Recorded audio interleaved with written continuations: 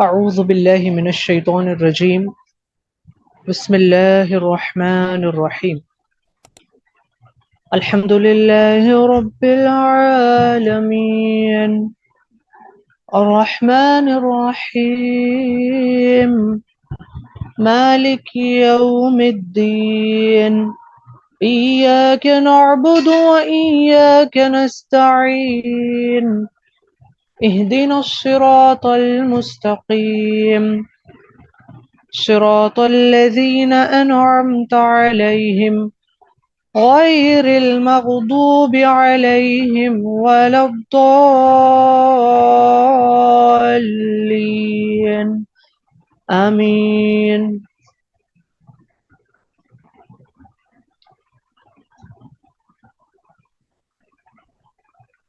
پناہ مانگتا ہوں میں اللہ کی شیطان مردود سے۔ شروع اللہ کے نام سے جو بڑا ہی مہربان نہایت رحم والا ہے۔ سب طرح کی تعریف اللہ ہی کو ہے جو تمام مخلوقات کا پروردگار ہے، بڑا مہربان نہایت رحم والا، انصاف کے دن کا حاکم ہے۔ اے پروردگار، ہم تیری ہی عبادت کرتے ہیں اور تجھی سے مدد مانگتے ہیں۔ ہم کو سیدھے رستے چلا، ان لوگوں کے رستے جن پر تو اپنا فضل و کرم کرتا رہا، نہ ان کے جن پر غصے ہوتے رہا اور نہ ہی گمراہوں کے۔ آمین۔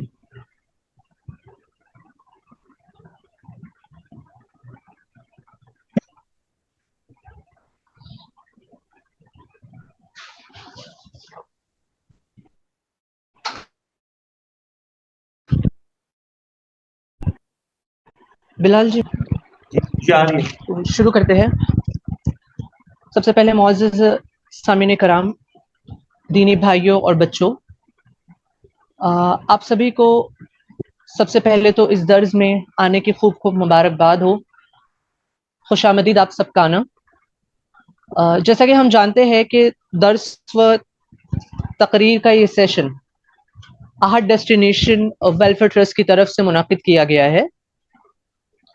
سب سے پہلے میں آپ کو اس جو ہے احد ڈیسٹینیشن کے بارے میں کچھ باتیں بتانا چاہوں گا کہ احد ڈیسٹینیشن ویلفیئر ٹرسٹ ایک ایسا ٹرسٹ ہے جو سلف الصالحین کے منہج سے ہی تعلیم دیتا ہے، اور الحمدللہ مرد، عورتوں اور بچوں کے لیے 3 سالوں سے احد ڈیسٹینیشن کام کر رہا ہے۔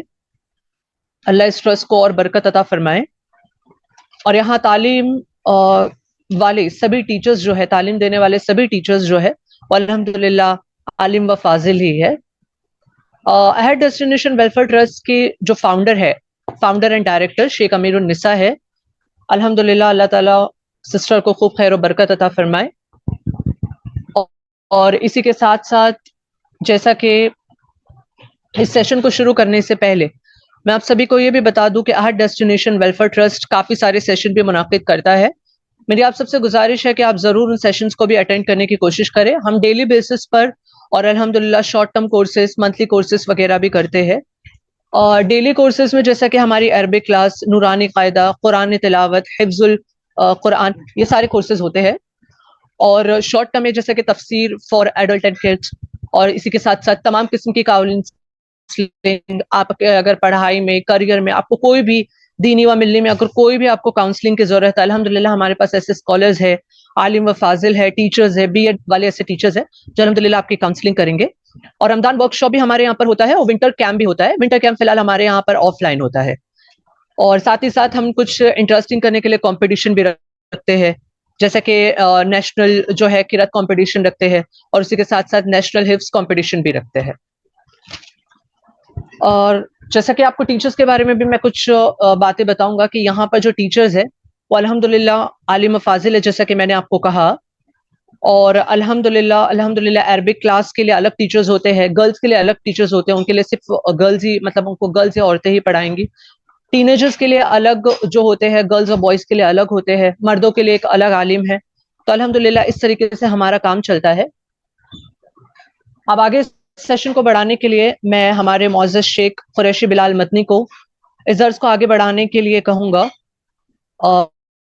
شیخ حافظ ہے الحمدللہ، اور عالمیت اور فضیلت جامعہ اسلامیہ ممبئی سے کیا ہے انہوں نے، اس کے بعد آگے کی تعلیم مدینہ منور یونیورسٹی سے کیا ہے، اور اسی کے ساتھ ساتھ الحمدللہ شیخ نے مدینہ کلیہ حدیث سے BA کمپلیٹ کیا ہے۔ اللہ تعالیٰ شیخ کے علم میں اور برکت عنایت فرمائے، اور جزاک اللہ کہ شیخ آج ہمارے بیچ میں ہے، آپ شروع کر سکتے ہیں۔ آج کا ہمارا عنوان جو ہے وہ اصلاح معاشرے میں مسلمان نوجوانوں کا کردار ہے۔ ان الحمد للہ نحمده ونستعینه ونستغفره ونؤمن به ونتوکل علیہ ونعوذ باللہ من شرور انفسنا ومن سیئات اعمالنا من يهده الله فلا مضل له ومن يضلل فلا هادي له واشهد ان لا اله الا الله وحده لا شريك له واشهد ان محمدا عبده ورسوله اما بعد فان خير الحديث كتاب الله وخير الهدى هدى محمد صلى الله عليه وسلم وشر الأمور محدثاتها وكل محدثة بدعة وكل بدعة ضلالة وكل ضلالة في النار. أعوذ بالله من الشيطان الرجيم. بسم الله الرحمن الرحيم. يا أيها الذين آمنوا اتقوا الله حق تقاته ولا تموتن إلا وأنتم مسلمون. يا أيها الناس اتقوا ربكم الذي خلقكم من نفس واحدة وخلق منها زوجها وبث منهما رجالا كثيرا ونساء واتقوا الله الذي تساءلون به والأرحام إن الله كان عليكم رقيبا. يا أيها الذين آمنوا اتقوا الله وقولوا قولا سديدا يصلح لكم أعمالكم ويغفر لكم ذنوبكم ومن يطع الله ورسوله فقد فاز فوزا عظيما. وقال الله تعالى في موضع آخر يا أيها الذين آمنوا قوا أنفسكم وأهليكم نارا وقودها الناس والحجارة عليها ملائكة غلاظ شداد لا يعصون الله ما أمرهم ويفعلون ما يؤمرون. معزز ناظرین، آج ایک اہم عنوان لے کر میں آپ حضرات کے سامنے حاضر ہوا ہوں۔ عنوان کی وضاحت سے پہلے ہم شکر ادا کرتے ہیں جو بھی ذمہ داران ہیں اس احد ٹرسٹ کے، کہ ان کے ذریعے یہ پروگرام کا انعقاد ممکن ہو سکا۔ اللہ اس ٹرسٹ کو دین دگنی رات چوگنی ترقی عطا فرمائے۔ آج کا عنوان جیسا کہ آپ لوگوں کو معلوم چلا ہوگا پوسٹر کے ذریعے سے، کہ اصلاح معاشرے میں ہمارا کردار کیا ہونا چاہیے۔ اصلاح معاشرے میں ہم نوجوانوں کا کردار کیا ہونا چاہیے۔ محترم سامعین، یاد رکھیے کہ جوانی جو ہے وہ اللہ رب العالمین کی طرف سے ایک عظیم نعمت ہے، اور اس مرحلے کی عبادت یعنی جوانی کا جو مرحلہ ہے، انسان تقریباً 4 مراحل سے گزرتا ہے اپنی زندگی کے ایام میں۔ جوانی کا مرحلہ یہ انتہائی اہم مرحلہ ہے، اور اس مرحلے کی عبادت اللہ رب العالمین کو بقیہ مرحلوں کی عبادت کے مقابلے میں زیادہ محبوب اور زیادہ پسندیدہ ہے۔ اللہ کے نبی صلی اللہ علیہ وسلم نے اس عظیم نعمت کے تعلق سے ارشاد فرمایا تھا کہ اغتنم خمسا قبل خمس، کہ 5 چیزوں سے پہلے غنیمت جانو۔ یعنی اللہ رب العالمین نے جو 5 نعمتیں آپ حضرات کو دی ہے، ان نعمتوں کے چھن جانے سے پہلے اللہ کے نبی نے ارشاد فرمایا کہ ان کی قدر کر لو، ان کو غنیمت جان لو۔ ان 5 نعمتوں میں سے ایک عظیم نعمت اللہ کے نبی صلی اللہ علیہ وسلم نے ارشاد فرمایا کہ جوانی کی نعمت ہے، اور کیا کہا تھا کہ شبابک قبل حرمک، کہ اپنی اس جوانی کی جو نعمت ہے، اس جوانی کو غنیمت جانو قبل اس کے کہ اللہ رب العالمین یہ نعمت کو آپ سے چھین لے۔ قبل حرمک یعنی بڑھاپا آنے سے پہلے اس نعمت کی قدر کرو، اس اپنی جوانی کی نعمت کی قدر کرو، اسے غنیمت جان لو قبل اس کے کہ اللہ رب العالمین آپ کو بوڑھا بنا دے۔ تو اس سے معلوم ہوا کہ جوانی یہ اللہ رب العالمین کی طرف سے ایک عظیم نعمت ہے، اور اسی طرح ہم جانتے ہیں کہ اس مرحلے کی جو عبادت ہے، جوانی کی جو عبادت ہے، اللہ رب العالمین کو بہت زیادہ پسند ہے۔ بقیہ جو مراحل سے انسان گزرتا ہے، چاہے وہ جوانی کا مرحلہ ہو، چاہے وہ ادھیڑ عمر پن کا مرحلہ ہو، چاہے وہ بڑھاپے کا مرحلہ ہو، جو جوانی کے مرحلے کی جو عبادت ہے، یہ عبادت اللہ رب العالمین کو بقیہ مرحلوں میں کی گئی عبادت کے مقابلے میں زیادہ محبوب اور زیادہ پسندیدہ ہے۔ ہم نے وہ حدیث سنی ہوگی، بڑی ہی مشہور حدیث ہے کہ کل قیامت کے دن اللہ رب العالمین کے عرش کے سائے کے علاوہ دور دور تک کوئی سایہ نہیں ہوگا۔ ایسے ایسے ماحول کے اندر اللہ رب العالمین 7 قسم کے لوگوں کو اپنا عرش کا سایہ دے گا۔ اس میں سے ایک قسم کے لوگ کون ہوں گے؟ اللہ کے نبی نے وضاحت کر دی، وَشَابٌ نَشَأَ فِي عِبَادَةِ اللَّهِ، ایسا نوجوان جس کی نشو و نما اللہ کی عبادت میں ہوئی ہو، یعنی وہ نوجوانی کو اللہ کی عبادت میں کھپا رہا ہو، وہ اپنی نوجوانی کا جو مرحلہ ہے اسے ضائع و برباد نہیں کر رہا، بلکہ وہ اللہ کی عبادت، اللہ کی فرما برداری میں اس مرحلے کو گزار رہا ہے۔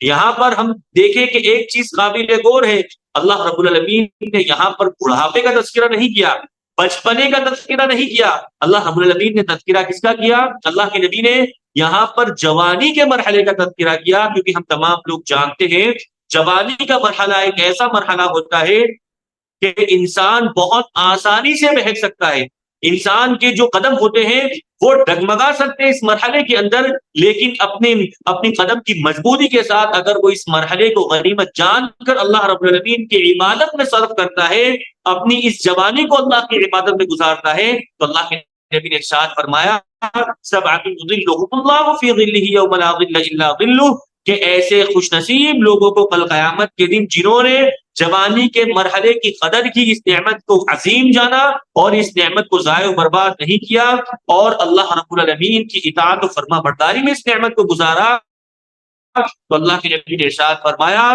کہ کل قیامت کے دن جب دور دور تک اللہ کے عرش کے سائے کے علاوہ کوئی سایہ نہیں ہوگا، ایسے عالم میں اللہ رب العالمین ایسے لوگوں کو اپنا عرش کا سایہ دے گا۔ تو محترم سامعین، ہمیں اس نعمت کی قدر کرنی چاہیے، اور یاد رکھیے ایک مشہور حدیث ہے، اللہ کے نبی نے ارشاد فرمایا تھا کہ لا تزول قدم ابن آدم یوم القیامہ، کہ کل قیامت کے دن ابن آدم کے قدم اپنی جگہ سے ہل نہیں سکتے ہیں۔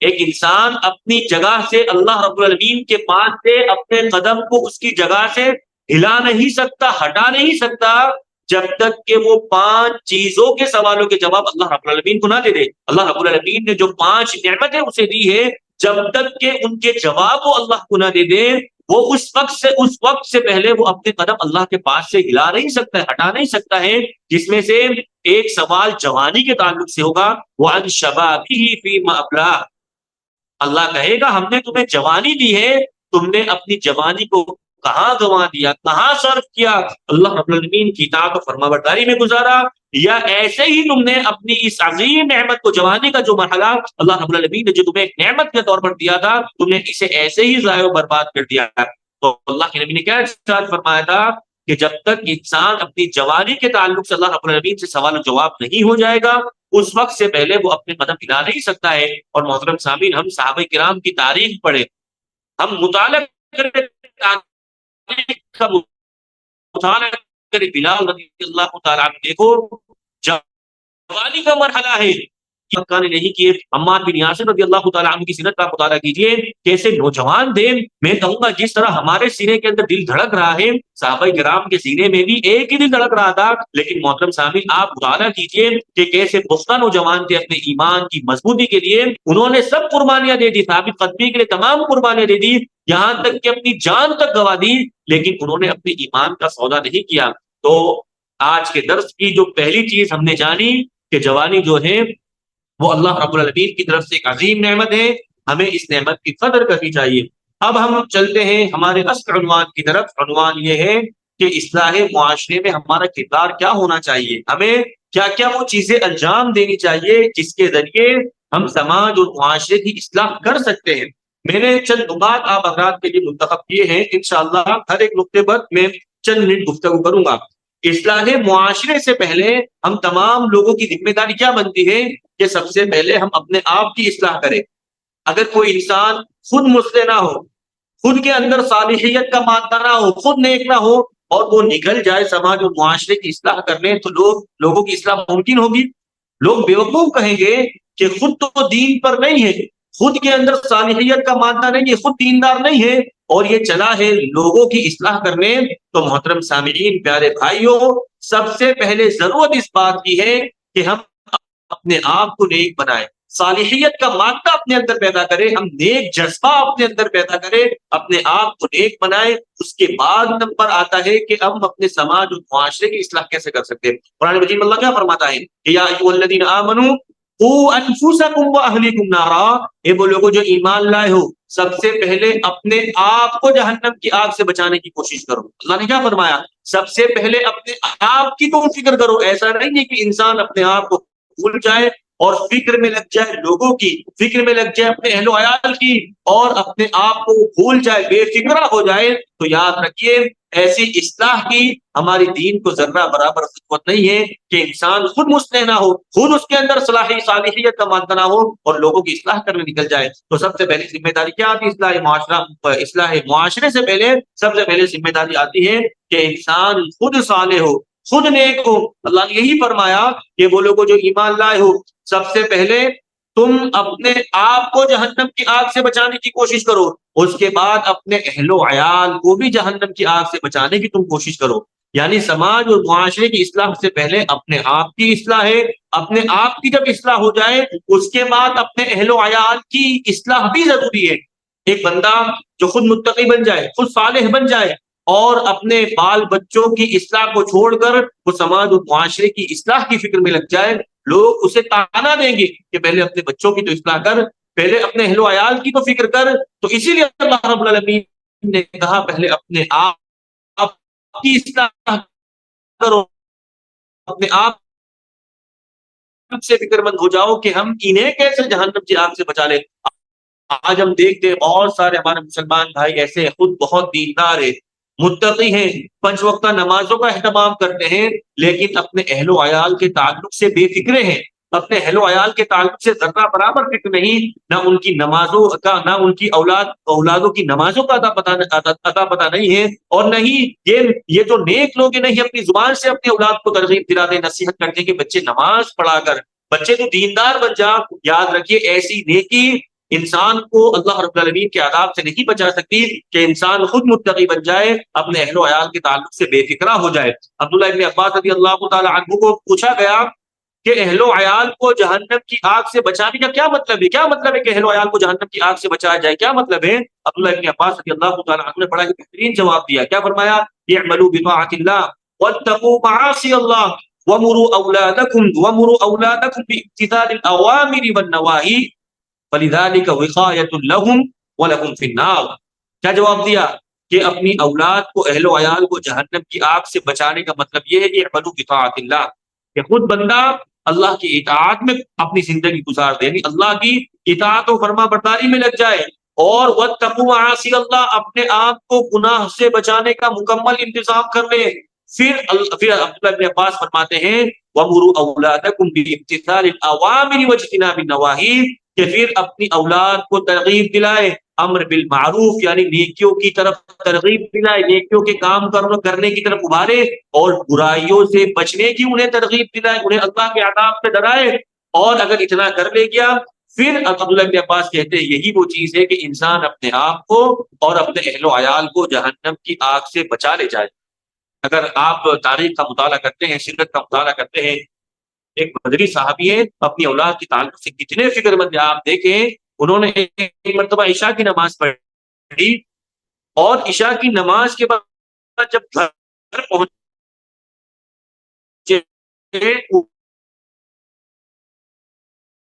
جا کر اپنے بیٹے سے پوچھتے ہیں هل ادرکت الصلاۃ، یہ میرے بچے بتاؤ کیا تو نے ہمارے ساتھ نماز ادا کی؟ وہ کہتا ہے نام یا ابی یا ابو جان، میں نے آپ لوگوں کے ساتھ نماز ادا کی۔ پھر ان کے والد پوچھتے ہیں هل ادرکت تکبیرۃ الاولی، کیا آپ نے تکبیر اولی پا لی تھی، یعنی تکبیر تحریمہ آپ کو مل گئی تھی؟ وہ بچہ کہتا ہے نہیں ابو جان، میری تکبیر اولی مجھے نہیں ملی، میری ایک رکعت چھوٹ گئی تھی۔ تو محترم سامعین، کہنے کا مطلب یہ باپ کو کتنی فکر ہونی چاہیے اپنی اولاد کی کہ یہ تک پتا رہے کہ بچہ نماز پڑھا نہیں پڑھا، دور کی بات ہے کہ اسے مکمل نماز ملی یا نہیں ملی، نماز کہیں اس کی ایک آدھ رکعت چھوٹ تو نہیں گئی، فوت تو نہیں ہو گئی۔ تو محترم سامعین، ہمیں بھی اس بات کی ذمہ داری عائد ہوتی ہے، ہم پر بھی اس بات کی ذمہ داری عائد ہوتی ہے، ہم خود بھی نیک بنے اور اپنے اہل و عیال کے تعلق سے فکر مند ہو جائے۔ اگر ہمیں جہنم کی آگ سے خود کو بچانا ہے تو ہمیں ضرورت اس بات کی ہے کہ ہم خود بھی اپنے آپ کے لیے فکر مند رہیں اور اپنے اہل و عیال کے تعلق سے بھی ہم فکر مند ہو جائے۔ اصلاح معاشرے کی سب سے پہلے ذمہ داری کیا ہوتی ہے؟ انسان خود نیک ہو اور اس کے بعد اپنے اہل و عیال کے تعلق سے وہ فکر مند ہو جائے، اور اس کے بعد اب اس کی ذمہ داری آتی ہے کہ اب وہ اپنے سماج اور معاشرے کی طرف، اپنے قوم قبیلے کی طرف چلے اور دیکھے کہ میں ان لوگوں کی اصلاح کیسے کر سکتا ہوں۔ اصلاح معاشرے کی ضرورت کیوں ہے؟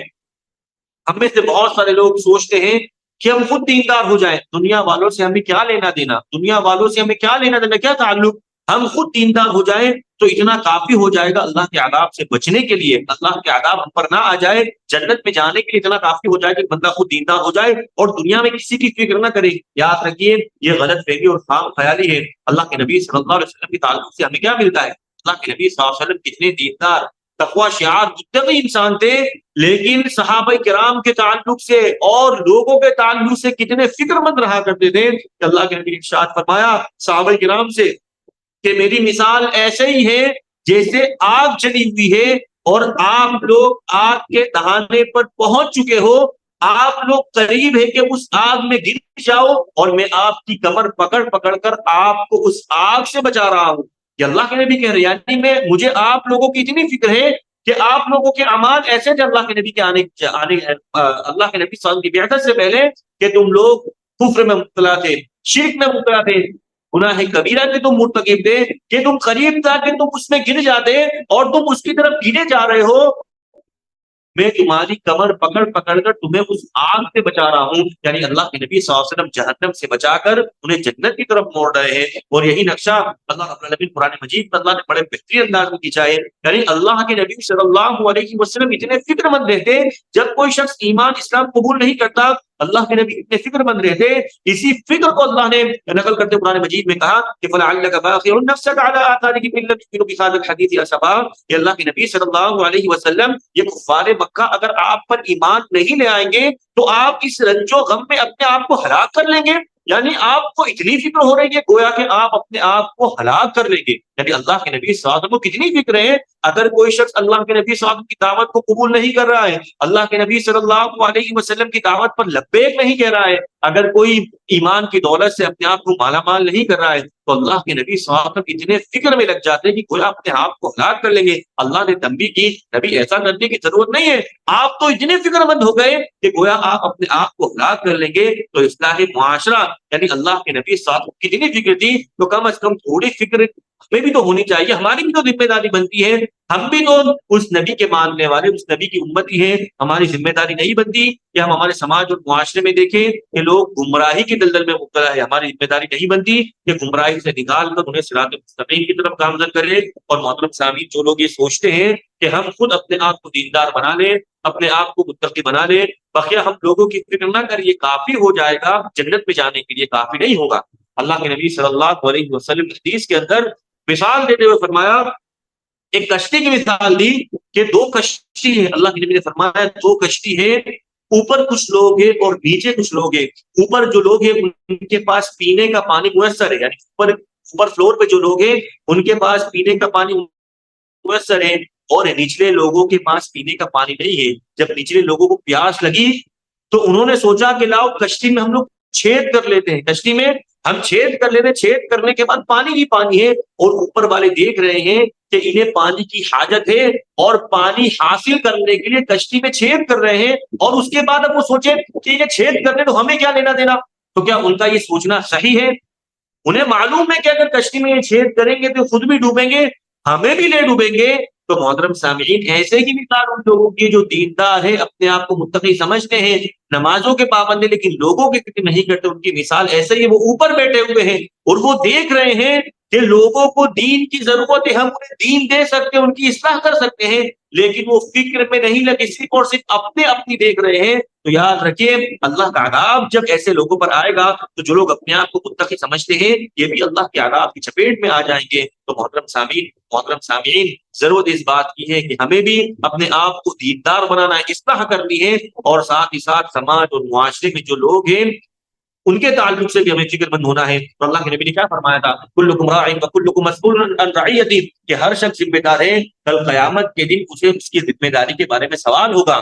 اگر اللہ نے ذمہ دار بنایا کسی شخص کو، کسی کو امیر بنایا ہے، اگر اس کی ماتحتی میں کچھ لوگ ہیں، اگر وہ بے فکرہ ہو جائے اپنی رعایا کے تعلق سے، اپنے ماتحتی میں رہنے والے لوگوں کے تعلق سے، یاد رکھیے کل قیامت کے دن اللہ کے یہاں انہیں سوال ہوگا. اس تعلق سے اللہ رب العالمین پوچھے گا کہ ہم نے تمہیں ذمہ دار بنایا تھا، چاہے وہ گھر کا ذمہ دار ہو، اپنے علاقے کا ذمہ دار ہو، کسی مسجد کا ذمہ دار ہو. اگر ماتحتی میں لوگ ہیں تو ان ذمہ دار کی ذمہ داری ہے کہ ان کی اصلاح کی فکر کرے. اگر نہیں کرتا ہے تو کشتی والی مثال اپنے ذہن میں رکھیے. اگر اللہ کا عذاب گنہگاروں پر آئے گا، یاد رکھیے اللہ کے عذاب میں لوگ بھی یہ اللہ کے عذاب کی چپیٹ میں آ جائیں گے جنہیں لوگوں کی فکر نہیں تھی، اصلاح معاشرے کی ذرہ برابر فکر نہیں تھی. اور اللہ کے نبی نے ایک حدیث میں ارشاد فرمایا، اگر امر بالمعروف والنہی عن المنکر، یعنی لوگوں کو برائیوں سے روکنا، اچھائیوں کی طرف لوگوں کو ترغیب دلانا، اگر اس فریضے کو تم لوگ انجام نہیں دو گے، اگر بندہ اپنے آپ کو دیندار سمجھے، اپنے آپ کو ہر قسم کی برائی سے بچائے، ہر قسم کی اچھائی میں اپنے آپ کو لگا دے، لیکن لوگوں کے تعلق سے بے فکرہ ہو جائے، یعنی لوگوں کو امر بالمعروف والنہی عن المنکر کے فریضے کو وہ انجام نہ دے، لوگوں کے تعلق سے وہ بے فکرہ ہو جائے، اللہ کے نبی نے فرمایا یہ وہ لوگ ہیں کہ اللہ کے سامنے اگر ہاتھ اٹھائیں گے دعا کے لیے، اللہ رب العالمین ان لوگوں کی دعا قبول نہیں کرے گا. کیوں؟ انہوں نے لوگوں کی فکر نہیں کی، لوگوں کو دیکھا کہ وہ برائیوں میں مبتلا ہے، کبھی اپنی زبان سے انہوں نے نہیں کہا کہ بھائی یہ برائی نہ کر. لوگوں کو دیکھا کہ وہ دیندار نہیں ہے، کبھی اپنی زبان سے نہیں کہا کہ بھائی دیندار بن جا. تو اللہ رب العالمین، اللہ کے نبی نے ارشاد فرمایا یہ وہ لوگ ہیں کہ اللہ کے سامنے ہاتھ اٹھاتے ہیں، اللہ رب العالمین ان کی دعاؤں کو قبول نہیں کرتا. تو محترم سامعین، ان چیزوں کی طرف ہمیں توجہ دینا ضروری ہے. آئیے اب ہم کچھ نکات کی طرف چلتے ہیں. ان نکات کو سامنے رکھ کر ہم اپنے سماج اور معاشرے کی اصلاح آسانی کے ساتھ کر سکتے ہیں. پہلا نکتہ جو میں نے آپ لوگوں کے لیے انتخاب کیا ہے، نوجوانوں کے لیے، سب سے پہلی ذمہ داری ان کی یہ بنتی ہے، اگر والدین ہے تو والدین کی، اگر لڑکا خود مختار ہے تو اس کی. جب وہ اپنے لیے کوئی جوڑا تلاش کرے، جب اپنے لیے ماں باپ اپنے بچوں کے لیے، چاہے وہ بچہ ہو، بچی ہو یا لڑکا خود ہو، جب بھی وہ اپنے لیے جوڑا تلاش کرے تو نیک جوڑے کا وہ اپنے لیے انتخاب کرے، نیک جوڑے کو وہ منتخب کرے. لڑکا ہو تو وہ نیک لڑکی تلاش کرے، لڑکی ہے تو وہ نیک لڑکا تلاش کرے. یاد رکھیے اگر نیک جوڑوں کا آپ انتخاب کرو گے، آپ کی جو اولاد ہوگی نیک اور صالح ہوگی.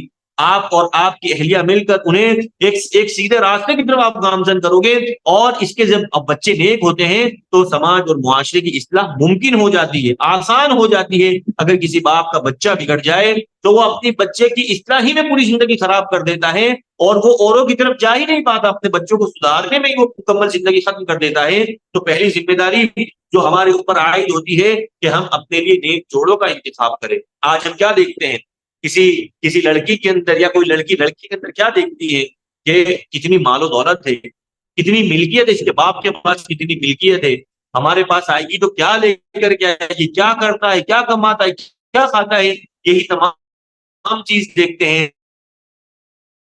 نہیں، ہم بھول جاتے ہیں اللہ کے نبی نے کیا فرمایا تھا کہ لوگ نکاح کرتے لڑکی سے کیا چیزیں دیکھ کر، اس کا حسن و جمال دیکھ کر، حسب و نسب دیکھ کر، اس کی مال و دولت دیکھ کر. لیکن اللہ کے نبی نے کیا ارشاد فرمایا، فاصبر بذات الدین، کہ تمہیں دیندار عورتوں کو ترجیح دینا چاہیے، دیندار لڑکیوں کو ترجیح دینا چاہیے. اور اللہ کے نبی صلی اللہ علیہ وسلم کی حدیث کا یہ جملہ، یہ ٹکڑا ہمارے سامنے ہونا چاہیے.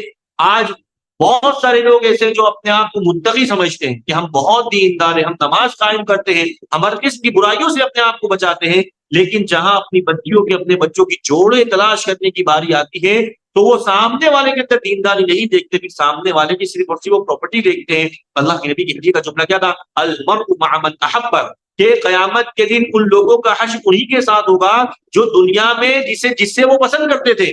یعنی اگر مجھے کوئی دیندار شخص پسند آ رہا ہے تو میرا حشر دیندار کے ساتھ ہوگا. یعنی تم دنیا میں جسے پسند کرتے ہو، قیامت کے دن تمہارا حشر بھی انہیں کے ساتھ ہوگا. ایک باپ اپنے آپ کو دیندار کہے اور اپنی بیٹی کے لیے جوڑے تلاش کرے بدین کے ساتھ، وہ مال و دولت دیکھ کر اس کا جوڑا تلاش کر، اس کو اپنی بیٹی کو اس کے ساتھ جوڑ دے، اس کا نکاح کرا دے، اس کی دینداری نہ دیکھے، اس کا مطلب یہ کہ اس باپ کو دیندار لڑکے پسند نہیں ہیں، اس باپ کو مال و دولت والے لڑکے پسند ہیں، تو اللہ کے نبی کا جملہ ہمارے سامنے ہونا چاہیے، المرء مع من احب۔ انس بن مالک رضی اللہ تعالیٰ عنہ بیان کرتے ہیں، ایک صحابی اللہ کے نبی صلی اللہ علیہ وسلم کے پاس آئے اور اللہ کے نبی سے پوچھا کہ اللہ کے نبی صلی اللہ علیہ وسلم قیامت کب قائم ہوگی؟ اللہ کے نبی نے فرمایا کہ ماذا اعددت لها، کہ تم نے کیا تیاری کر رکھی ہے قیامت کی، جو تو قیامت کے تعلق سوال کر رہا ہے، تیرے پاس تیاری کیا ہے؟ تو صحابی کہتے ہیں اللہ کے نبی صلی اللہ علیہ وسلم میرے پاس بہت ساری نمازیں، بہت سارے روزے، بہت ساری نیکیاں تو نہیں ہیں، الا انی احب اللہ ورسولہ، اللہ کے نبی صلی اللہ علیہ وسلم صرف اور صرف میں اتنا جانتا ہوں، میں آپ سے اور اللہ رب العالمین سے محبت کرتا ہوں۔ پھر اللہ کے نبی نے کیا فرمایا؟ المرء مع من احب، تو جس سے محبت کرتا ہے تیرا حشر اسی کے ساتھ ہوگا۔ انس بن مالک رضی اللہ تعالیٰ عنہ بیان کرتے ہیں ما فرحنا بشیء بعد الاسلام المرء مع من احب، کہ مجھے اسلام لانے کے بعد اتنی خوشی کبھی نہیں ہوئی جتنی خوشی مجھے اللہ کے نبی صلی اللہ علیہ وسلم کے جملے سے ہوئی۔ کس جملے سے؟ المرء مع من احب، کہ انسان کا حشر اسی کے ساتھ ہوگا مرنے کے بعد جسے وہ دنیا میں پسند کرتا ہے۔ انس بن مالک کہتے ہیں تو سنو، میں ابو بکر و عمر کو پسند کرتا ہوں، گرچہ میرے اعمال ان کی طرح نہیں ہے، لیکن مجھے امید ہے میں دنیا میں ان سے محبت کرتا ہوں، کل قیامت کے دن اللہ رب العالمین میرا انجام انہی لوگوں کے ساتھ کرے گا۔ تو پہلی ذمہ داری ہمارے اوپر کیا عائد ہوتی ہے؟ اگر ہم چاہتے ہیں کہ سماج اور معاشرے کی اصلاح میں ہمارا کچھ رول ہو، ہمارا کچھ ایک اہم رول ہو، ہمیں چاہیے کہ ہم دیندار جوڑے اپنے لیے تلاش کریں۔ اس سے فائدہ کیا ہوگا؟ بچے دیندار ہوں گے اور سماج اور معاشرے کی اصلاح آپ لوگوں کے لیے آسان ہو جائے گی۔ تو پہلی ذمہ داری کیا کہ اپنے لیے، اگر ہم باپ بن چکے تو اپنے بچوں کے لیے کوشش کریں کہ ہم نیک جوڑوں کا انتخاب کرے، اس سے سماج اور معاشرے کی اصلاح ممکن ہے۔ ایک اچھا معاشرہ وجود میں آئے گا، سماج اور معاشرے کی اصلاح اس کے ذریعے آسان ہو سکتی ہے۔ ایک اور ذمہ داری، جو دوسرا نقطہ جو میں نے آپ لوگوں کے لیے انتخاب کیا ہے، وہ یہ، آج ہم دیکھتے ہیں سماج اور معاشرے میں ہمارے نوجوانوں کا کردار کیا ہے کہ غیرت کا فقدان ہے۔ ہم بے غیرت ہو چکے، خود بھی ہم بے غیرت ہو چکے ہیں، اور اپنے اہل و عیال کے تعلق سے، اپنی بہنوں کے تعلق سے، اپنی بیویوں کے تعلق سے بھی ہم بالکل بے غیرت ہو چکے ہیں۔ تو غیرت کا فقدان، ہمیں اپنے آپ کو غیور بنانا ہوگا۔ ایک انسان کے اندر جب غیرت آ جاتی ہے تو وہ انسان اپنے آپ کو گناہ سے آسانی سے وہ اپنے آپ کو روک سکتا ہے، لیکن اگر ایک انسان بے غیرت ہو جائے تو یاد رکھیے وہ اپنے آپ کو گناہ میں پڑنے سے روک نہیں سکتا، وہ بے غیرت انسان آسانی سے وہ گناہ کر لے گا۔ سعد بن عبادہ رضی اللہ تعالیٰ عنہ کے تعلق سے آپ نے سنا ہوگا کہ انہوں نے ایک مرتبہ صحابہ کرام کے سامنے کہا کہ اگر میں اپنی بیوی کو کسی غیر مرد کے ساتھ تنہائی میں دیکھ لوں تو میں گواہ تلاش کرنے نہیں جاؤں گا، بلکہ ایک ہی جھٹکے میں اس کا سر قلم کر دوں گا، اپنی تلوار سے اس کا سر قلم کر دوں گا۔ صحابہ کرام نے اللہ کے نبی صلی اللہ علیہ وسلم کو یہ بات بتائی کہ سعد بن عبادہ اسی طرح کی بات کہہ رہے ہیں، اور اللہ کے نبی نے غصہ نہیں کیا، اللہ کے نبی نے تعریف کی۔ اللہ کے نبی نے کیا فرمایا؟ اتعجبون من غیرت سعد، کیا تمہیں سعد کی غیرت پر تعجب نہیں ہوتا؟ تمہیں سعد کی غیرت پر رشک نہیں آتا کہ سعد کتنے زیادہ غیرت مند ہے؟ پھر اللہ کے نبی نے ارشاد فرمایا واللہ انا اغیر من واللہ اغیر منی، کہ اللہ کی قسم میں سعد سے کئی گنا زیادہ غیرت مند ہوں، اور اللہ رب العالمین اس سے کئی گنا زیادہ غیرت مند ہے۔ اللہ کے نبی صلی اللہ علیہ وسلم کے تعلق سے کیا آتا ہے؟ صحابہ کرام کہتے ہیں جہاں اللہ کے نبی صلی اللہ علیہ وسلم ایک جگہ بہادر تھے، اللہ کے نبی صلی اللہ علیہ وسلم دشمنوں سے مقابلہ کرتے تھے، جوا مرٹی کا ثبوت دیتے تھے، وہیں دوسری طرف صحابہ کرام کہتے ہیں کان اشد حیاء من العذراء فی صدرها، کہ اللہ کے نبی صلی اللہ علیہ وسلم ایک پردہ نشین کنواری عورت سے بھی زیادہ حیادار تھے۔ اللہ کے نبی میں کتنی شرم و حیا تھی، جو ایک پردہ نشین کنواری عورت میں بھی نہیں تھی، اس سے زیادہ اللہ کے نبی صلی اللہ علیہ وسلم پردہ نشین عورت سے بھی زیادہ حیادار تھے۔ اور یاد رکھیے آج ہم دیکھتے ہیں بہت سارے ایسے لوگوں کو جو اپنے ماتحتی میں رہنے والے لوگوں کے اندر وہ بے غیرتی دیکھتے ہیں، اپنی بیٹی کے اندر لے لو، اپنی بیوی کے اندر لے لو، اپنی بہنوں کے اندر لے لو، بے غیرتی دیکھتے ہیں، لیکن اس پر وہ کچھ نہیں کہتے، صبر کر لے جاتے ہیں۔ ایسے لوگوں کو اللہ کے نبی نے دیوس کہا ہے کہ دیوس ہے جو اپنے ماتحتی میں رہنے والے لوگوں کے اندر بے حیائی دیکھے، برائی دیکھے، اس پر وہ صبر کر لے جائے۔ آج یاد رکھیے سماج اور معاشرے کا سب سے بڑا فتنہ یہی ہے کہ مرد بے غیرت ہو چکا ہے، اس مرد کی وجہ سے اس کے گھر والے بے غیرت ہو چکے ہیں، اور سماج اور معاشرے کے اندر ایک ایک قسم کا فتنہ برپا ہوا ہے کہ آج مرد اپنے آپ کو بے غیرت بنا چکا ہے، بالکل دیوس قسم کا ایک مرد بن چکا ہے۔ اللہ کے نبی نے کیا فرمایا تھا کہ ثلاثۃ قد حرم اللہ علیکم الجنہ، کہ تین قسم کے لوگ ایسے ہیں جن پر اللہ نے جنت کو حرام قرار دے دیا، یعنی جنت ان پر حرام ہو گئی ہے۔ وہ تین قسم کے لوگ کون سے ہیں؟ اللہ کے نبی نے ارشاد فرمایا کہ ایک وہ شخص جو شراب کا بہت زیادہ عادی ہو چکا ہو، ہر وقت وہ شراب کے نشے میں دھوت رہتا ہو، شراب کا عادی، پھر اللہ کے نبی نے دوسرے شخص کے تعلق سے ارشاد فرمایا وَالْعَاقُ لِوَالِدَيْهِ، والدین کے نافرمان لوگ بھی یہ ایسے لوگ ہیں کہ اللہ نے ان پر جنت کو حرام قرار دے دیا ہے، جنت ان پر حرام کرتی ہے۔ اور پھر اللہ کے نبی نے فرمایا وَالدَّیُّوث، دیوس بھی ایسا شخص ہے کہ اللہ نے اس پر جنت حرام کر دی ہے۔ صحابہ کرام نے پوچھا اللہ کے نبی صلی اللہ علیہ وسلم دیوس کون ہے؟ اللہ کے نبی نے فرمایا دیوس وہ ہے جو اپنے ماتحتی میں رہنے والے لوگوں کے اندر برائی دیکھے، گناہ دیکھے، انہیں بے حیائی کرتے ہوئے دیکھے، اس پر وہ صبر کر لے جائے، وہ شخص دیوس ہے، اور ایسے شخص پر اللہ رب العالمین نے جنت کو حرام کر دیا ہے۔ تو محترم سامعین، اگر ہم سماج اور معاشرے کی اصلاح چاہتے ہیں، ہمیں اپنے آپ کو بے غیرتی سے بچانا ہوگا۔ اگر بے غیرتی سے بچا لے جائیں گے، ہم اپنی ماں بہنوں کو بے غیرت ہونے سے بچا لیں گے۔ جب ایک مرد بے غیرت بن جاتا ہے تو مرد کے ساتھ ساتھ اس کا مکمل گھر بے غیرت ہو جاتا ہے۔ ہم دیکھتے ہیں اگر ایک شوہر بے غیرت ہے، اس کی بیوی بے غیرت ہے۔ بہت کم کیس میں ہمیں یہ ملتا ہے کہ مرد اگر بے غیرت ہو تو بیوی کے اندر غیرت پیدا ہو جائے، بہت کم کیس میں، ورنہ اکثر ہم دیکھتے ہیں مرد بے غیرت ہے، اپنی بیوی کو کچھ نہیں کہتا، اپنی بہنوں کو کچھ نہیں کہتا، اپنی بچیوں کو کچھ نہیں کہتا، اور سماج اور معاشرے میں ایک عجیب قسم کا فتنہ برپا ہو جاتا ہے۔ تو محترم سامعین، اگر ہم سماج اور معاشرے کی اصلاح چاہتے ہیں تو ہمیں جو غیرت کا فقدان ہمارے اندر ہے، ہمیں اپنے آپ کو دور کرنا ہوگا، غیور بنانا ہوگا، جس طرح صحابہ کرام کے اندر غیرت تھی۔ دوسرا نقطہ جو میں نے منتخب کیا ہے، آج ہم سماج اور معاشرے کی اصلاح چاہتے ہیں، ہمیں اپنے آپ کو غیور بنانا ہوگا۔ محترم سامعین، اس تعلق سے صحیح مسلم کے اندر امام مسلم نے ایک بہت ہی بہترین واقعہ نقل کیا ہے کہ صحابہ کرام کس قدر غیرت مند ہوا کرتے تھے۔ صحابہ کرام کس قدر غیرت مند ہوا کرتے تھے۔ ابو سعید خدری رضی اللہ تعالیٰ عنہ کے تعلق سے آتا ہے کہ ایک جگہ یہ کہیں سے گزر رہے تھے اور ان کے ساتھ ان کے ایک ساتھی تھے۔ انہوں نے ابو سعید خدری رضی اللہ تعالیٰ عنہ نے ایک گھر کی طرف اشارہ کیا، اور اشارہ کرنے کے بعد اپنے ساتھی سے کہا کہ تم فلاں گھر دیکھ رہے ہو؟ وہ ساتھی کہتا ہے ہاں دیکھ رہا ہوں، کیا کہنا چاہتے بتاؤ؟ ابو سعید خدری رضی اللہ تعالیٰ عنہ کہتے ہیں کہ چلو میں تمہیں اس گھر میں رہنے والے شخص کا ایک واقعہ سناتا ہوں۔ وہ شخص کہتے ہیں ہاں سناؤ۔ وہ ابو سعید بیان کرتے ہیں کہ غزوہ خندق کے موقع پر اللہ کے نبی صلی اللہ علیہ وسلم نے تمام لوگوں کو ذمہ داری دی تھی کہ تمہیں اتنا حصہ کھودنا ہے خندق کا، تمہیں اتنا حصہ کھودنا ہے۔ اور ہمارے ساتھ ایک نوجوان صحابی بھی ہوا کرتا تھا، نوجوان تھا جس کی ابھی نئی نئی شادی ہوئی تھی، وہ آتا ہمارے ساتھ خندق کی کھدائی کرتا، اور اللہ کے نبی صلی اللہ علیہ وسلم جب آدھا دن گزرتا، اللہ کے نبی صلی اللہ علیہ وسلم کے پاس آتا اور کہتا کہ اللہ کے نبی صلی اللہ علیہ وسلم میری ابھی نئی نئی شادی ہوئی ہے، اب اپنی بیوی سے ملاقات کرنا چاہتا ہوں۔ مطلب وہ آتا خندق کی کھدائی کرتا، اللہ کے نبی سے اجازت مانگتا، اللہ کے نبی اجازت دے دیتے۔ یہ سلسلہ چلتا رہا۔ ایک دن کی بات ہے کہ وہ معمول کے مطابق اللہ کے نبی سے اجازت مانگنے آیا، اللہ کے نبی نے اجازت دیتے ہوئے کہا خذ علیک سلاحک ورمحک، اے نوجوان سنو، تم اپنے ساتھ اپنا کوئی ہتھیار، اپنی کوئی تیر وغیرہ لے لو، کہیں ایسا نہ ہو کہ راستے میں کوئی دشمن سے تمہاری ملاقات ہو جائے اور تمہیں نہتہ دیکھ کر دشمن تمہارا کام تمام کر دے۔ اللہ کے نبی کے کہنے کے بعد انہوں نے ایک تیر اپنے ساتھ لے لی۔ وہ اپنے گھر تک پہنچے، راستے میں کسی دشمن سے ملاقات نہیں ہوئی۔ جب وہ اپنے گھر پہنچے تو انہوں نے دیکھا کہ ان کے گھر کے دروازے کے دونوں پٹ کھلے ہوئے ہیں اور ان کی بیوی گھر کے باہر کھڑی ہوئی ہے۔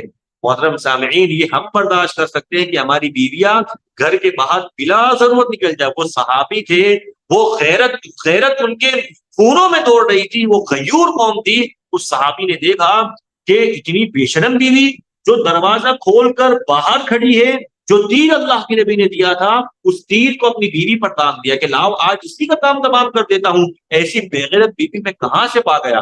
جیسے ہی خرید تاکہ وہ تیر اپنی بیوی پر چھوڑ دے دے، اپنی بیوی کو ہلاک کر دے دے، بیوی نے دیکھا میرے شوہر کو غصہ آ گیا ہے، بیوی نے چلاتے ہوئے کہا اف علیک رمحک، کہ تم اپنی تیر کو نہ چھوڑنا، میری جان نہ لے لینا، ذرا تم اندر گھر کے اندر آ کر کے تو دیکھو کہ میں کس وجہ سے میں گھر سے باہر نکلی ہوں۔ اپنے غصے میں قابو کیا، ذرا قابو کیا، اور اپنے گھر میں جا کر دیکھا۔ حدیث کے الفاظ ہے فَإِذَا هِيَ بِحَيَّةٍ عَظِيمَةٍ مُنْتَظِرَةٍ عَلَى الْفِرَاشِ، کہ ایک اژدہا اس کمرے کے اندر تھا اور اس بستر پر لپٹے ہوئے تھا، اب بیچاری وہ عورت، وہ صحابیہ اپنی جان بچانے کے لیے کیا کرتی، کس وجہ سے وہ اپنے گھر سے باہر نکلی تھی، ورنہ صحابیہ کے تعلق سے ہم یہ گمان نہیں کر سکتے بلا ضرور اپنے گھر سے باہر نکل جائے وہ چہرہ کھول کر۔ اب بیچاری وہ کیا کرتی، اژدہا ان کے گھر میں داخل ہو گیا تھا، اپنے آپ کو بچانے کے لیے وہ گھر سے باہر نکلی تھی۔ تو صحابہ کرام کی غیرت کو سلام ہے، کس قدر غیرت تھی کہ وہ پسند نہیں کرتے، گوارا نہیں کرتے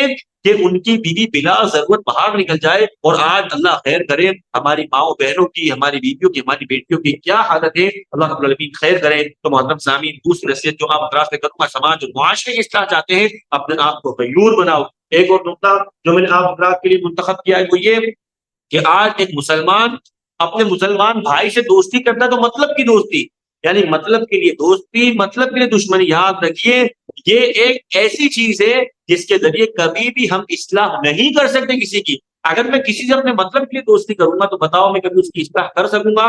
نہیں۔ دوستی ہونی چاہیے اللہ کے لیے، دشمنی ہونی چاہیے اللہ کے لیے۔ محترم سامعین، یاد رکھیں اللہ کے نبی نے کیا فرمایا تھا، الحب فی اللہ والبغض فی اللہ، کہ دوستی بھی اللہ کے لیے، دشمنی بھی اللہ کے لیے۔ اور یہ ایک ایسا عمل ہے جس عمل کی وجہ سے کل قیامت کے دن اللہ رب العالمین بندے کو اپنا عرش کا سایہ دے گا۔ اللہ کے نبی نے کیا فرمایا کہ کل قیامت کے دن اللہ رب العالمین کے عرش کے سائے کے علاوہ کوئی اور سایہ نہیں ہوگا، دور دور تک کوئی سایہ نہیں ہوگا۔ ایسے وقت اللہ رب العالمین اعلان کرے گا کہ این المتحابین فی، کہ کہاں ہے وہ لوگ جو دنیا کے اندر میری رضا کے لیے آپس میں ایک دوسرے سے محبت کرتے تھے۔ الیوم اذلکم فی ظلی یوم لا ظل الا ظلی، آج میں ان کو، ایسے لوگوں کو جو دنیا کے اندر صرف اور صرف میری رضا کے لیے ایک دوسرے سے محبت کرتے تھے، آج ایسے لوگوں کو میں اپنا عرش کا سایہ دوں گا، اور آج میرے سائے کے علاوہ دور دور تک کوئی سایہ نہیں ہے۔ آج ہم دوستی کرتے ہیں کون زیادہ مالدار ہے، اس سے دوستی کرنے میں میرا فائدہ ہے، یہ صاحب کرسی ہے، اگر اس سے میں نے دوستی کر لی تو میرے فلاں وقت میں، میرے آڑے وقت میں میرے کام آ سکتا ہے، یہ مطلب کی دوستی ہے۔ دوستی کرے کہ فلاں شخص دیندار ہے، اس کی صحبت اختیار کر کے کچھ دیندار میں بن جاؤں گا، متقی، تھوڑا سا تقویٰ میرے اندر آ جائے گا۔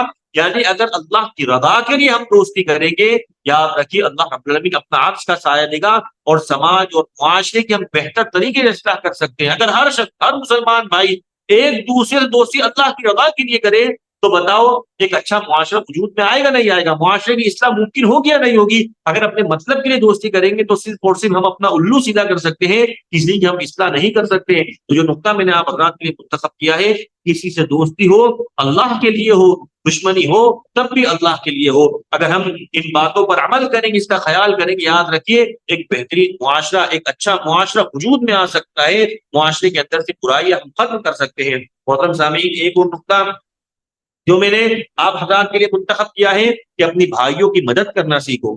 آج ہم دیکھتے ہیں مسلمان کا دشمن ہے، آج ہم دیکھ نہیں سکتے کہ میرا بھائی ترقی کر رہا ہے، مدد کرنا تو دور کی بات، ہم دیکھ نہیں سکتے کہ میرا بھائی ترقی کر رہا ہے۔ اللہ کے نبی نے کیا فرمایا تھا مومنوں کے تعلق سے کہ مومن جو ہوتے ہیں وہ جسم کی، بہت سارے اللہ کے نبی نے مثال دی کہ وہ اینٹوں کی طرح ہوتے ہیں، وہ ایک بنیاد کی مانند ہوتے ہیں۔ اللہ کے نبی نے فرمایا کہ مومنین آپس میں جسم کے مانند ہوتے ہیں، جس طرح انسان کا مکمل جسم ہوتا ہے کہ جسم کے اگر ایک حصے کو تکلیف ہو تو مکمل جسم اس تکلیف کو محسوس کرتا ہے۔ اگر مثلا کسی کی انگلی میں درد ہو تو کیا آنکھیں یہ کہہ کر سو سکتی ہے کہ انگلی کا مسئلہ ہے، انگلی جانے، مجھے کیا لینا دینا؟ نہیں، اس درد کو، انگلی کے درد کو ہماری آنکھیں بھی محسوس کرے گی، ہمارے کان بھی محسوس کریں گے، ہمارا مکمل جسم محسوس کرے گا۔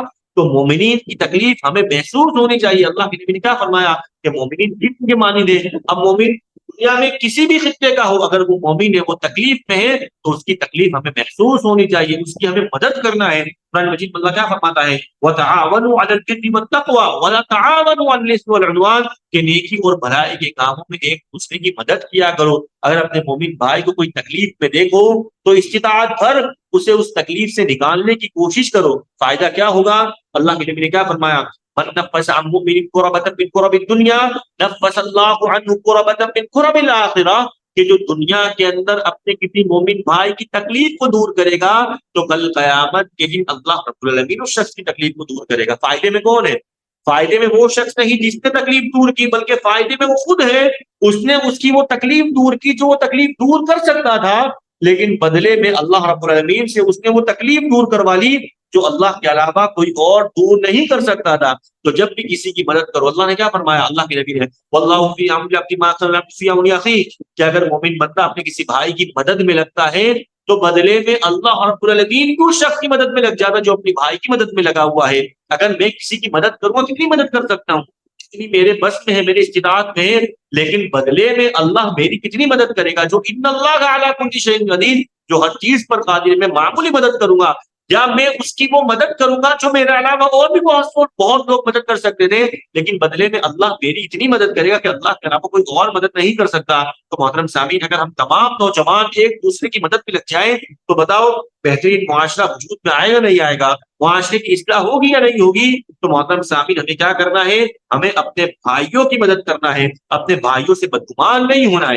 آج ہم دیکھتے ہیں شیطان تھوڑی سی چال چلتا ہے, اپنے بھائیوں سے بدگمان ہو جاتے ہیں. قرآن مجید میں اللہ کیا فرماتا ہے کہ جب بھی کوئی فاسق انسان آپ کے پاس خبر لے کر گیا تو اس کی تحقیق کر لو. اگر کوئی تمہیں تمہارے بھائیوں کے تعلق سے ورگلائے, بہکائے, تمہیں چاہیے تم تحقیق کر لو. تحقیق کرنے کے بعد اگر ثابت ہو جائے کہ ہاں فلاں شخص نے تمہارے تعلق سے ایسی ایسی باتیں کہی ہے, پھر کیا کرنا ہے, پھر بھی ہماری شریعت یہی تعلیم ہے کہ بڑا دل کر کے معاف کر دینا ہے. اللہ کے نبی صلی اللہ علیہ وسلم کو کفار مکہ نے کیا کیا نہیں کہا, مجنون کہا, پاگل کہا, دیوانہ کہا. اللہ کے نبی صلی اللہ علیہ وسلم اپنے مشن پر لگے رہے. اللہ کے نبی نے پلٹ کر یہ بھی جواب نہیں دیا کہ میں مجنون نہیں ہوں. کچھ کہنا تو دور کی بات, اگر ہمیں کوئی پاگل کہے کم از کم ہم اتنا تو کہیں گے کہ بھائی میں پاگل نہیں ہوں. لیکن اللہ کے نبی نے اپنی زبان کے جو الفاظ یہ بھی خرچ کرنا مناسب نہیں سمجھا. بدلے میں اللہ نے جواب دیا کہ تم نبی کو پاگل سمجھتے ہو, اللہ کے فضل سے نبی پاگل نہیں ہے, نبی مجنون نہیں ہے, دیوانہ نہیں ہے.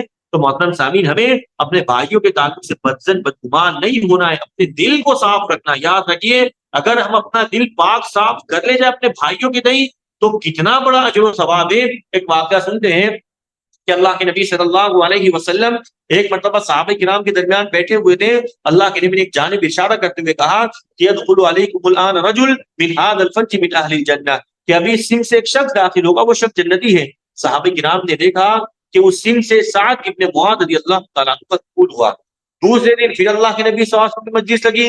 اللہ کے نبی نے پھر یہی جملہ ارشاد فرمایا کہ ابھی سم سے ایک شخص داخل ہوگا, يدخل عليكم الان رجل من هذا الفج من اهل الجنہ, کہ ابھی سم سے ایک شخص داخل ہوگا, وہ شخص جنتی ہے. تیسرے دن پھر اللہ کے نبی نے یہی جملہ ارشاد فرمایا, اور تینوں دن صحابہ کرام نے دیکھا ایک صحابی رسول سعد ابن معاذ رضی اللہ تعالیٰ عنہ کا دخول ہوا. ایک صحابی سے رہا نہیں گیا, عمرو بن عاص رضی اللہ تعالیٰ عنہ سے رہا نہیں گیا. وہ ان کا وہ عمل جاننے کے لیے ان کے گھر پر پہنچ گئے کہ آخر ان کے پاس ایسا تو کون سا عمل ہے جس عمل کی وجہ سے اللہ کے نبی نے ایک نہیں, دو دن نہیں, بلکہ تین دن جنت کی بشارت دی. وہ عمل جاننے کے ساتھ ابن معاذ رضی اللہ تعالیٰ عنہ کے پاس پہنچ گئے اور کہا میں آپ کو کچھ دن مہمان بننا چاہتا ہوں. انہوں نے اجازت دے دی. وہ 3-4 دن رہے لیکن انہیں کوئی بھی نیا عمل نظر نہیں آیا. انہوں نے کہا کہ جتنا عمل تو میں کرتا ہوں اتنا یہ کرتے ہیں, جتنی نمازیں میں پڑھتا ہوں اتنی نمازیں یہ پڑھتے ہیں. آخر ان کے پاس ایسا کون سا عمل ہے؟ جاتے جاتے اپنے بھائی سے کہنے لگے کہ ساتھ میں تمہارے پاس تمہارا وہ عمل جاننے کے لیے آیا تھا جس عمل کی وجہ سے آپ کو اللہ کے نبی نے 3 دن جنت کی بشارت دی, لیکن مجھے تمہارے اندر کوئی نیا عمل نہیں دکھا. جب وہ پڑھ لے, سعد ابن معاذ نے کہا کہ شاید وہ عمل یہ ہوگا کہ میں اپنے دل کو لا اجد قلبی علی احد من المسلمین غشا, کہ میں اپنے دل کو اپنے مسلمان بھائی کے تئیں پاک و صاف رکھتا ہوں. تمام قسم کے حسد سے, برائی سے اپنے دل کو اپنے مسلمان بھائی کے تئیں مکمل صاف رکھتا ہوں. اگر اللہ رب العالمین میرے بھائی کو کوئی نعمت سے نواز دے میں اس پر حسد نہیں کرتا. آج ہماری کیا حالت ہے؟ اگر آج ہمیں کسی قسم کا کوئی دکھ ہے ہم اس پر صبر کر لیں گے, اس پر ہمیں برداشت ہو جائے گا, لیکن اگر ہمارا بھائی خوش ہے تو اس کی خوشی ہم سے دیکھی نہیں جاتی. یعنی ہم سے ہمارا دکھ دیکھا جائے گا لیکن ہمارے بھائی کی خوشحالی ہم سے دیکھی نہیں جاتی. بتاؤ, اپنے دل کو گندا رکھ کر کے, اسے ناپاک رکھ کر کے آپ نکل جاؤ سماج اور معاشرے کی اصلاح کرنے ممکن ہے؟ ممکن نہیں ہے. اپنے دل کو پاک و صاف رکھو گے. تمام نوجوان یہ عہد کر لے کہ آج سے اپنا دل اپنے بھائیوں کے تئیں پاک و صاف رکھوں گا. بتاؤ اچھا معاشرہ وجود میں آئے گا نہیں آئے گا؟ معاشرے کی اصلاح ممکن ہوگی نہیں ہوگی؟ اگر دل کے اندر گندگی رکھ کر ہم کسی کی اصلاح کرنے جائیں محترم صاحب کی اصلاح نہیں ہوگی. ہماری ذمہ داری تو کیا, انما المؤمنون اخوہ فاصلحوا بینہم, کہ اگر مومنین آپس میں بھائی ہیں, اگر بھائیوں کے درمیان کوئی اختلاف ہو جائے تو اللہ نے تعلیم دی ہے کہ تم ان کے درمیان صلح کرواؤ, صلح کا کام کرو. لیکن آج ہماری حالت یہ ہے ہم صلح کا کام نہیں کرتے، ہم آگ میں اور پیٹرول ڈالنے کی کوشش کرتے ہیں، ہم کوشش کرتے ہیں کہ اور کس طرح ان کی دشمنی مضبوط ہو جائے، حالانکہ دو مومن کا رشتہ اتنا حسین رشتہ ہے کہ اللہ کے نبی نے ارشاد فرمایا اس رشتے کو بچانے کے لیے، جوڑنے کے لیے، دو بھائیوں کو آپس میں ملانے کے لیے اگر آپ کو جھوٹ کا سہارا لینا پڑے، آپ جھوٹ بھی کہہ سکتے ہو، اس رشتے کو بچانے کے لیے جھوٹ بھی ہم کہہ سکتے ہیں۔ تو محترم سامعین، ہمیں چاہیے ہمارے مسلمان بھائیوں کی مدد کرے، اگر آپس میں اختلافات ہو جائے ہمیں مکمل کوشش کرنی چاہیے کہ دو مومن بھائیوں کو ہم کس طرح ملا دیں، اپنے دل کو اپنے مومن بھائیوں کے تئیں بالکل صاف و شفاف رکھیں۔ یہ کچھ نکات تھے جو میں نے آپ کے سامنے ذکر کیے۔ آخر کا ایک نقطہ، 10 بجے تک کا وقت تقریباً 5 منٹ باقی ہے، ایک نقطہ کہہ کر اپنی بات ختم کروں گا۔ آج ہم دیکھتے ہیں ہمارے مسلم نوجوانوں کو، نہ تو وہ دیندار ہے اور نہیں وہ دنیا دار ہے، یعنی نہ تو وہ مسجد جاتے ہیں اور نہ وہ مارکیٹ ہی جاتے ہیں۔ محترم سامنے یہ بات میں اس لیے کہہ رہا ہوں کہ ہمیں اپنے آپ کو مضبوط بنانا ہے مالی لحاظ سے۔ آج ہم دیکھیں ہر چیز کے اندر مال کی ضرورت، پیسوں کی ضرورت پڑتی ہے۔ آج ہم کچھ بھی پروگرام رکھ لیں ہمیں ایک اچھا خاصا پیسہ خرچ کرنا پڑتا ہے۔ سماج اور معاشرے کی اصلاح میں ایک بڑا کردار، بڑا رول پیسوں کا بھی ہے۔ قرآن مجید میں اللہ رب العالمین نے پیسوں کو قیام کہا ہے۔ قیام مطلب لکڑی جس کے سہارے سے تم کھڑے ہوتے ہو۔ آج ہم دیکھتے ہیں مومن اپنی نوجوانی ایسے ہی گزارتا ہے، نہ تو وہ مسجد میں جڑا ہوا ہے اور نہ ہی اپنا کاروبار اتنا مضبوط کر رہا ہے کہ ان پیسوں سے میں اللہ کے دین کی مدد کر سکوں۔ یاد رکھیے اللہ کے نبی نے ارشاد فرمایا تھا کہ مومن پر اتنا کمانا واجب ہے جتنی اس کی ضروریات، یعنی جتنی اس پر ذمہ داری ہے۔ اور اللہ کے نبی نے کیا فرمایا تھا؟ کفا بالمرء اثما ان یضیع من یقوت، کہ اگر کوئی شخص ذمہ دار ہو اور اپنی ذمہ داری کے جو اوقات اس کو ضائع و برباد کرتے نہ کمائے، وہ شخص اللہ کی نگاہ میں گنہگار ہوگا۔ آج ہم فری میں مالدار بننا چاہتے ہیں۔ آج ہم دیکھیں ہمارے مسلم نوجوانوں کے موبائلوں کے اندر ہمیں ڈریمز 11 نام کی کوئی اپلیکیشن دکھے گی، یا جو بھی آج کل طرح طرح کی جو بےہودہ اپلیکیشن ہے جس کے ذریعے مسلمان مالدار ہونا چاہ رہا ہے۔ یہ حرام راستے ہیں، حرام راستے سے بندہ مالدار نہیں ہو سکتا۔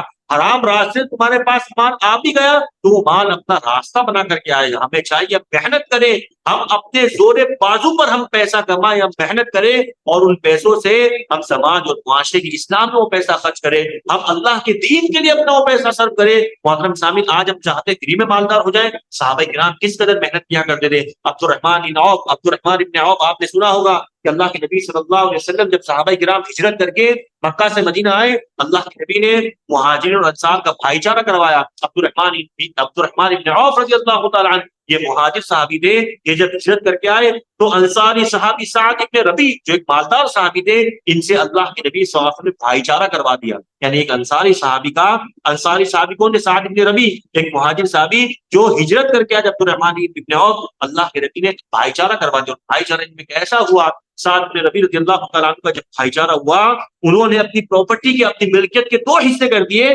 کہا عبد الرحمن تم میرے بھائی ہو، ایک حصہ تمہارا ہے، میرے پاس 4 بیویاں ہیں، تم دیکھ لو جس سے تم شادی کرنا چاہو گے میں 2 کو طلاق دے دوں گا، 2 سے تم نکاح کر لینا۔ آج ہماری حالت کیا ہے کہ ہمارے والد کے انتقال کے بعد ہم ورثے میں جو رقم ہمارے بھائی جس کا وہ حقدار ہے، ہم اس کے حق والے کو اس کا حق نہیں دے رہے۔ اور صحابہ کرام تھے، اللہ کے نبی نے بھائی چارہ کا ایک ایمانی بھائی چارہ تھا، اس بھائی چارے کی وجہ سے اپنی ملکیت کے 2 حصے کر دیے۔ اچھا، عبد الرحمن ابن عوف رضی اللہ تعالیٰ عنہ چاہتے فری کی مالداری لے لیتے، آج ہم چاہتے ہیں کہ کوئی فری کا مالدار بنا دے، ہم ڈریم 7 میں گیم کھیل کر ہم مالدار ہو جائیں، ہم بےہودہ حرکت کر کے حرام ذریعے سے ہم مالدار ہو جائیں۔ عبد الرحمن ابن عوف رضی اللہ تعالیٰ عنہ اگر چاہتے مالدار بن جاتے، لیکن عبد الرحمن بن عوف نے کہا کہ بھائی ہماری جو ملکیت ہے تمہیں مبارک ہو، مجھے آپ بازار کا راستہ بتا دیجئے۔ سعد بن ربیع نے بازار کا راستہ بتایا، اپنے زور بازو پر اتنی انہوں نے محنت کی کہ وہ سب سے مالدار صحابی بنے، عبد الرحمن بن عوف رضی اللہ تعالیٰ عنہ۔ ان کے مرنے کے بعد ان کی 4 بیویاں تھی، ان کی وراثت جب تقسیم کی گئی، بیوی کے حصے میں کتنا آتا ہے؟ شوہر کے مرنے کے بعد 1/8، یعنی پوری پراپرٹی میں سے 8واں حصہ وہ بیوی کے حصے میں آتا ہے۔ ان کی بیوی کے حصے میں 8واں حصہ چاروں بیویوں کے حصے میں، تو سونا کتنا تھا؟ آپ تاریخ کا مطالعہ کیجیے، تقریباً ایک بیوی کے پاس 5 کلو سونا تھا۔ یعنی کتنے مالدار تھے؟ اگر چاہتے فری کی مالداری لے لیتے۔ اپنے نوجوانوں سے کہوں گا، اگر سماج اور معاشرے کی اصلاح چاہتے، اس میں نوٹ بھی خرچ ہوتے ہیں، ہمیں چاہیے ہم اپنے آپ کو مضبوط بنائیں۔ اللہ کا جو مال ہے ہم انہیں کفار کے حوالے نہ چھوڑیں، ہم انہیں ایسے لوگوں کے پاس نہ چھوڑیں جو غیر دیندار ہے۔ شریعت کے تقاضا کرتی ہے کہ جو بھی دیندار لوگ ہیں انہیں مالدار ہونا چاہیے، اور جو مالدار لوگ ہیں انہیں دیندار ہونا چاہیے۔ اگر دیندار لوگ مالدار ہوں گے، یاد رکھیے ان پیسوں سے اللہ کے دین کی مدد ہوگی، سماج اور معاشرے کی اصلاح ہوگی، ایک بہترین معاشرہ، بہترین سماج وجود میں آئے گا۔ اپنے نوجوانوں سے گزارش کروں گا اپنی جوانی کا مرحلہ ضائع و برباد نہ کریں، اللہ کے راستے میں گزارے اور اپنے دم پر محنت کر کے حلال طریقے سے روزی کمائے، اور جو مال اللہ رب العالمین آپ لوگوں کو دے اس مال سے اللہ کی دین کی خدمت کرے، اس مال سے جنت بنائے۔ آپ دیکھیے اللہ کے نبی صلی اللہ علیہ وسلم جب بھی اعلان کر جنگ کا موقع ہوا، اللہ کے نبی نے اعلان کیا صحابہ کرام سے کہ جنگ کا موقع ہے، مسلمانوں کے پاس کچھ رقم وغیرہ ہے نہیں۔ ابو بکر صدیق رضی اللہ تعالیٰ عنہ کیا کرتے؟ اپنے گھر کا مکمل مال لا کر اللہ کے نبی کے حوالے کر دیتے۔ اللہ کے نبی پوچھتے ہیں ابو بکر گھر میں کیا چھوڑا؟ کہا اللہ اور اس کے رسول کا نام چھوڑا ہوں، جو مال تھا تمام مال اللہ کے نبی صلی اللہ علیہ وسلم آپ کے حوالے کر رہا ہوں۔ اللہ کے نبی نے اسی وجہ سے کہا تھا کہ جتنا فائدہ ابو بکر کے مال نے پہنچایا ہے اتنا فائدہ مجھے کسی اور کے مال نے نہیں پہنچایا۔ عثمان غنی رضی اللہ تعالیٰ عنہ کے تعلق سے آپ نے سنا ہوگا جب ہجرت کر کے مکہ سے مدینہ آئے تو دیکھا مسلمانوں کے پاس پانی نہیں ہے، ایک کنواں ہے جس پر قبضہ یہودی کا ہے، وہ تھوڑا سا پانی دیتا ہے اور بدلے میں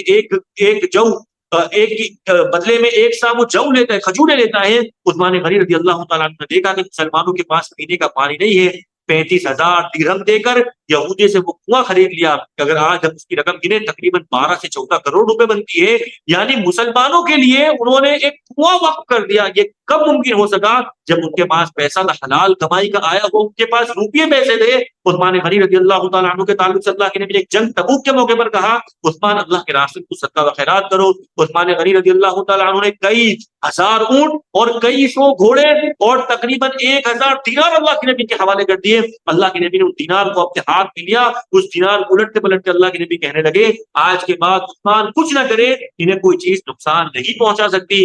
مسلمانوں سے میں کہوں گا، خاص کر نوجوانوں سے، اپنی نوجوانی کو ضائع و برباد نہ کرو، اللہ کے راستے میں لگاؤ، اور دنیا دار بھی بنو تو حلال طریقے سے مال کماؤ۔ اس مال سے تم سماج اور معاشرے کی اصلاح کر سکتے ہو، اللہ کے دین کی مدد کر سکتے ہو۔ تو محترم سامنے کچھ نکات تھے جو میں نے آپ حضرات کے سامنے رکھے۔ آخر میں اللہ سے دعا کرتے ہیں کہ اللہ رب العالمین سب سے پہلے ہمیں اپنے آپ کو مسلم بنانے کی توفیق عطا فرمائے، اپنے آپ کی اصلاح کے اللہ توفیق عطا فرمائے، اس کے بعد اپنے اہل و عیال کے تعلق سے فکر مند ہونے کے اللہ ہمیں توفیق عطا فرمائے، اور اس کے بعد اللہ ہمیں توفیق دے کہ ہم اپنی استطاعت کے مطابق اللہ ہم اپنے سماج اور معاشرے کی اصلاح کر سکے۔